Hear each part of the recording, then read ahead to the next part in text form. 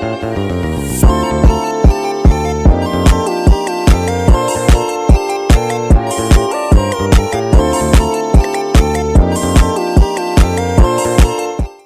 di video kali ini saya akan membahas unsur logam transisi. Apakah itu? Mangan atau manganis dengan lambang Mn, nomor atom 25 dengan nomor massa 54,93 dan konfigurasi elektronnya Ar3D54S2. Teman-teman bisa melihat seperti apa mangan itu ya. Teman-teman tahu nggak sih bagaimana penemuan unsur mangan, oleh siapa ditemukan, dan bagaimana dia bisa menemukan unsur mangan ini?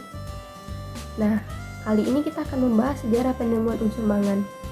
Jadi, pada tahun 1774, ahli kimia dari Swedia bernama Carl Wilhelm Scheele berhasil menemukan unsur mangan. Dengan cara apa? Jadi, Carl Wilhelm ini melakukan percobaan pada mineral pirolusit MnO2, kemudian menemukan bahwa dalam percobaan itu menghasilkan mangan. Tetapi pada percobaan Carl ini dia tidak dapat mengisolasikannya. Kemudian di tahun yang sama 1774 rekannya bernama Johann Gahn mampu mengisolasi mangan tersebut dengan cara memanaskan mineral pirolusit tadi. Nah, karena Johann Gahn tadi mampu mengisolasikannya, jadi mereka berdua menyepakati bahwa mangan itu adalah sebuah unsur. Jadi, mangan tadi berasal dari Magnesia, negara Yunani. Jadi diambil dari kata Latin magnes yang berarti magnet, mengacu pada fakta bahwa pirolusit tadi bersifat magnetik. Nah, setelah sejarah tadi, tentu kita akan berpikir bagaimana karakteristik unsur mangan ini. Nah, yang pertama adalah sifat fisikanya. Yang pertama adalah berbentuk padat, keras, dan getah. Mangan ini berwarna abu-abu merah muda dengan berat atom 54,93 dan titik lebur 1247 derajat Celcius dan titik D-nya 2032 derajat Celcius. Nah, apa sih sifat kimianya? Yang pertama, logam mangan bereaksi dengan air dapat berubah secara perlahan menjadi basa dan kemudian gas hidrogennya akan dibebaskan. Yang kedua, logam Mn ini akan terbakar jika direaksikan dengan oksigen. Yang kedua, logam Mn ini akan terbakar jika direaksikan dengan oksigen. Yang ketiga, logam Mn ini akan dapat bereaksi secara cepat dengan asam encer atau dia mudah larut. Nah, selanjutnya yaitu reaksi pembuatan unsur mangan. Yang pertama adalah reaksi MnSO4 dengan NaOH, di mana reaksinya yaitu MnSO4 ditambah 2 NaOH menghasilkan MnOH 2 kali ditambah Na2SO4. Kemudian MnOH 2 kali menghasilkan MnO2 tambah H2O. Reaksi kedua yaitu reaksi MnO2 dengan HCl, di mana reaksi tersebut adalah MnO2 ditambah 4HCl menghasilkan Mn2+ ditambah 2HCl2 tambah 2H2O. Kemudian reaksi KCiO3 dengan MnO2, di mana reaksinya adalah MnO2 ditambah H menghasilkan MnO4. Teman-teman tahu nggak sih, dalam tubuh kita mengandung 0,004 ons atau 10,011 gram mangan. Nah, mangan tadi mengartikan banyak enzimnya dan membantu tubuh untuk memanfaatkan vitamin B-nya. Jadi, tanpa mangan ini, tulang akan kehilangan kekerasannya dan akan mudah kenyal dan bahkan bisa patah.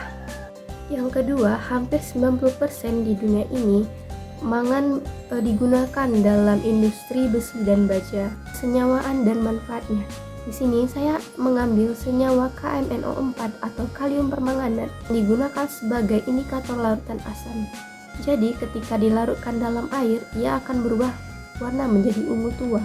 Kemudian warna ungu tua tadi dicampurkan dengan larutan asam akan berubah menjadi ungu hingga merah muda yang sangat pucat. Kemampuan untuk mengubah warna ini menunjukkan perubahan ke keadaan asam. Kalium permanganat ini digunakan untuk memurnikan pasukan air umum dan mampu menyerap gas beracun.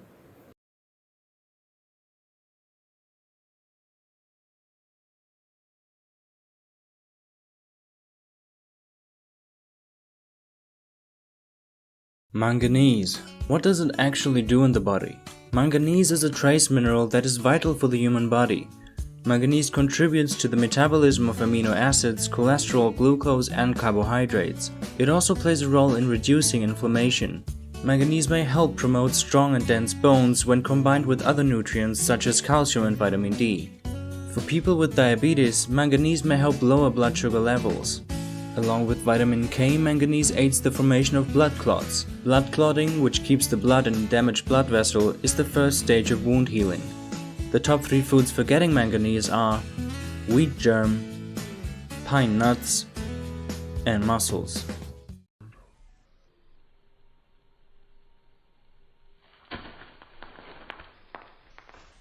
Three, two,